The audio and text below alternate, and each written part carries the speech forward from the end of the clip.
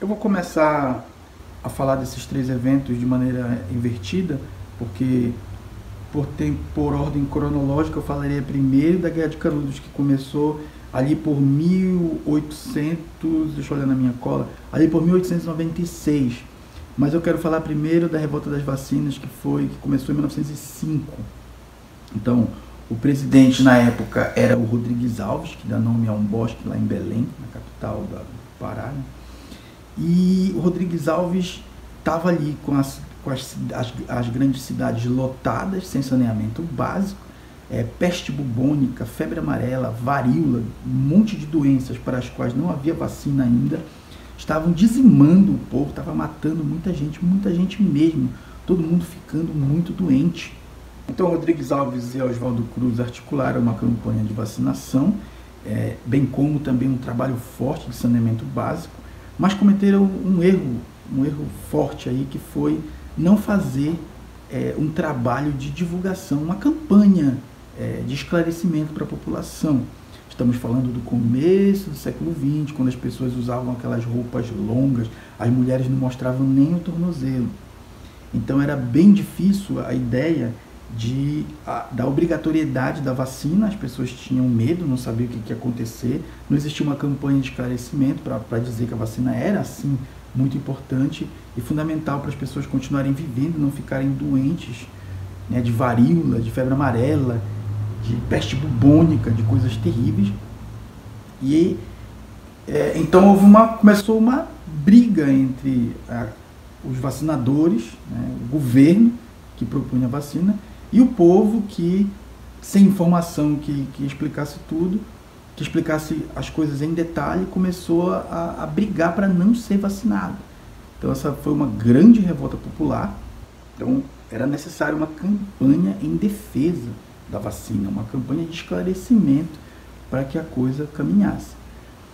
Nesse sentido, o povo começa a mostrar dentro das cidades aí, né, as suas revoltas. Já tinha acontecido a Guerra de Canudos, né, que não tem uma relação direta com o evento da Revolta das Vacinas, mas a ideia é o povo nas cidades agora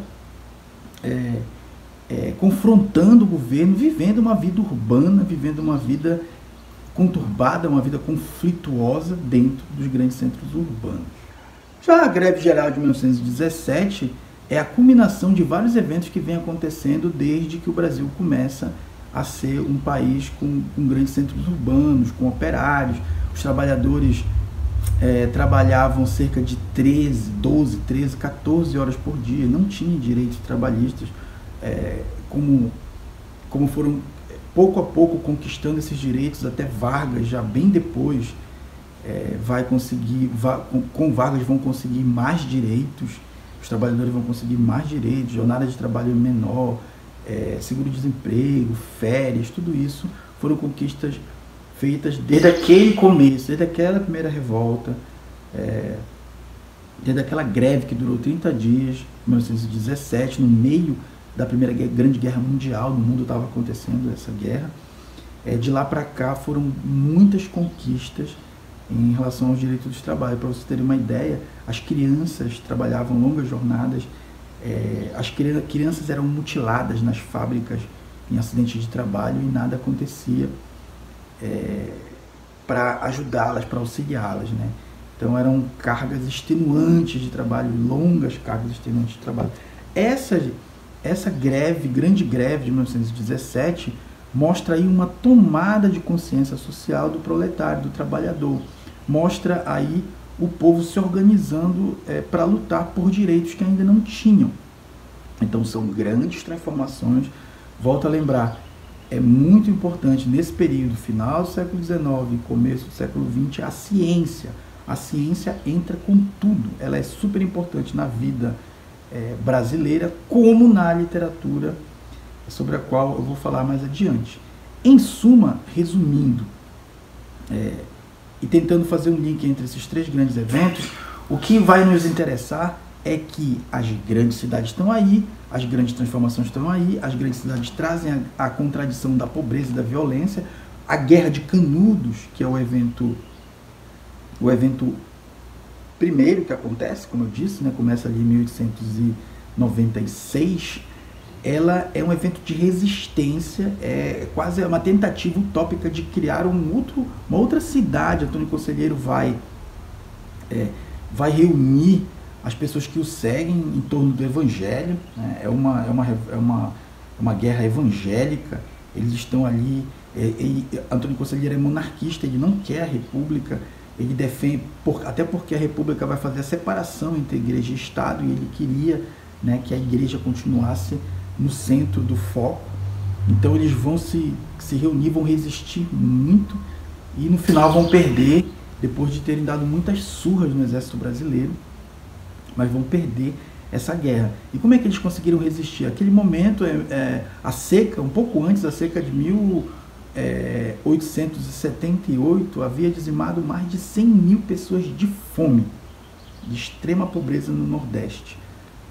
Então, no sertão da Bahia, Conselheiro surge no momento em que o povo não tem, há muito tempo, não tem o que comer, não tem água, não tem nada. Ele reúne pessoas em torno da ideia de Deus, da ideia evangélica de Deus, e esse povo começa a seguir Conselheiro, que é aquele cara, não, Antônio Conselheiro, o cara que dá os conselhos. Eles se reúnem num lugar, no sertão da Bahia, e lá eles começam a criar uma vida, e começam a prosperar por causa das cabras. Eles vão usar o leite vão criar cabras, e vão usar o leite das cabras, a carne das cabras, a pele das cabras, o queijo das cabras.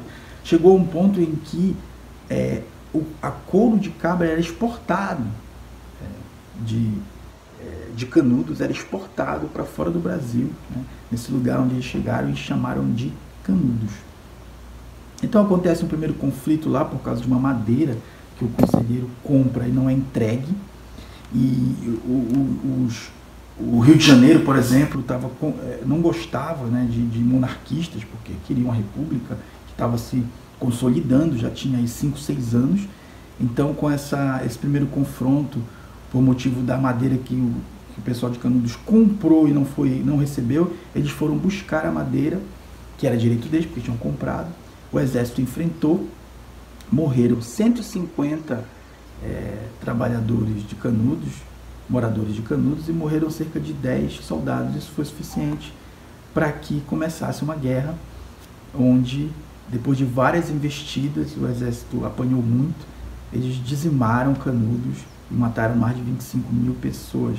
É muito emblemático essa guerra, essa resistência de Canudos, essa luta contra o poder instituído, principalmente porque o escritor Euclides da Cunha escreveu Os Sertões, que é uma obra-prima da literatura brasileira e que é primeiro livro que eu cito para vocês desse período, que é o período pré-modernista.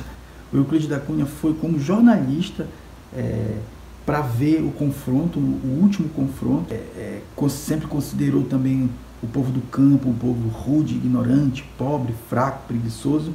Ele vai transformar a visão dele a partir do que ele vê nessa guerra e vai escrever o livro Os Sertões, o grande livro Os Sertões, o grosso livro Os Sertões, o expressivo livro Os Sertões. Iniciei a aula de hoje lendo um trecho que fala de um menino que usava um chapéu grande, que todo mundo riu dele. Quando ele levantou a cabeça, na boca tinha a marca de um tiro, de um dos confrontos da Guerra de Canudos, o terrível massacre de Canudos.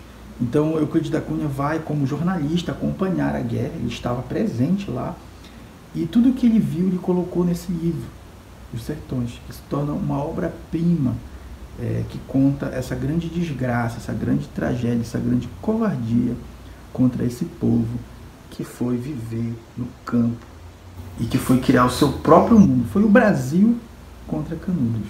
Essa foi a guerra. Pessoal, esse era o contexto da vida brasileira no período que acontece aí, no período pré-modernista, que é o final do século XIX e começo do século XX.